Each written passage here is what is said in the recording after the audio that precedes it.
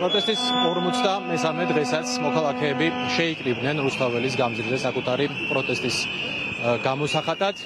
თუმცა საპროტესტო აქციის პარალელურად დღეს აქ 9 აპრილის მემორიალთან იმართება მდუმარე აქცია, რომელიც ეძღვნება ოკუპირებულ აფხაზეთში, გალის რაიონში მომხდარ ტრაგედიას, რომლის დროსაც 5 ბავშვი დაიღუპა და ეს აქცია სწორედ ამ ტრაგედიას მიეძღვნა მოქალაქეები მდუმარედ შეიკრიბნენ 9 აპრილის მემორიალის მიმდებარე ტერიტორიაზე და ასე გამოხატეს თანადგომა იმ ოჯახის მიმართ, რომლის 5 ბავშვი დაიღუპა ტრაგიკულად.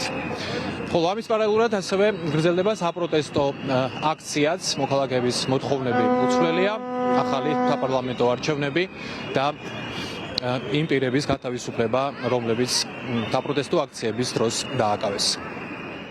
წლების მანძილზე, 10 წლების მანძილზე ნიდერლანდების ფონდები მუშაობდა ჩვენი დემილი ხალხის გადასარჩენად. იგივე ეუთოს მისია, იგივე გაეროს და ასე შემდეგ. და ჩვენ ხალხის ჯიბიდან ამოსული თანხებიდან, რომ დიდრდებიან ეს აფხაზეთის მთავრობა და რაღაცეები, როგორ შეიძლებოდა მრავალშვილიანი ოჯახი გალში ყოფილიყო უდენოდ. როგორ არ უნდა ცოდნოდათ, რატო არ უნდა იცოდეთ გალში ოკუპირებულ სეპარატისტების ტყვიების ქვეშ მაცხოვრებელი შენი ქართველი როგორ ცხოვრობს.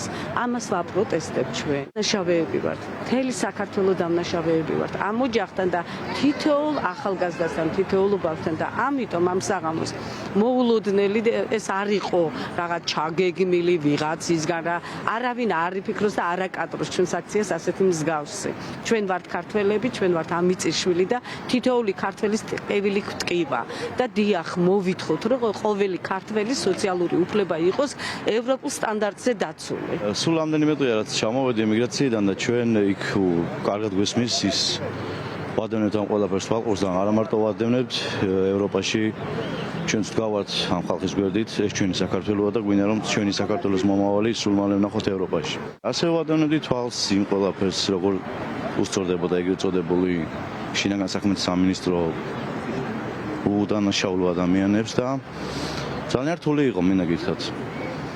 ამიტომ ჩვენ გვავართ, იქიდანაც გვავართ ამ ხალხის გვერდით და ვისაც შესაძლებლობა გვექნება, აუცილებლად ჩამოვალთ, აუცილებლად დავდგებით იქამდე, სანამ ეს ყველაფერი არ იქნება მიყვანილი იმ კონკრეტულ შედეგამდე, რასაც ქვია სამართლიანი არჩევნები.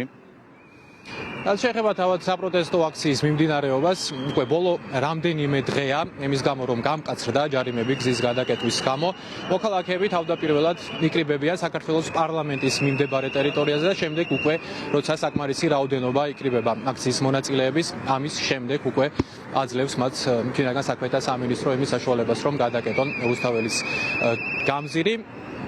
მოქალაქეები როგორც ამბობენ, რამდენი ხანის დასჭირდება პროტესტს და მიზნის მიღწევას, იმდენი ხანი გააგრძელებენ პროტესტს და რუსთაველის გამზირზე გამოსვლას და როგორც ვიცით, ასევე მომდევნო დღეებში არაერთი მარში თუ საპროტესტო აქცია დაგეგმილი.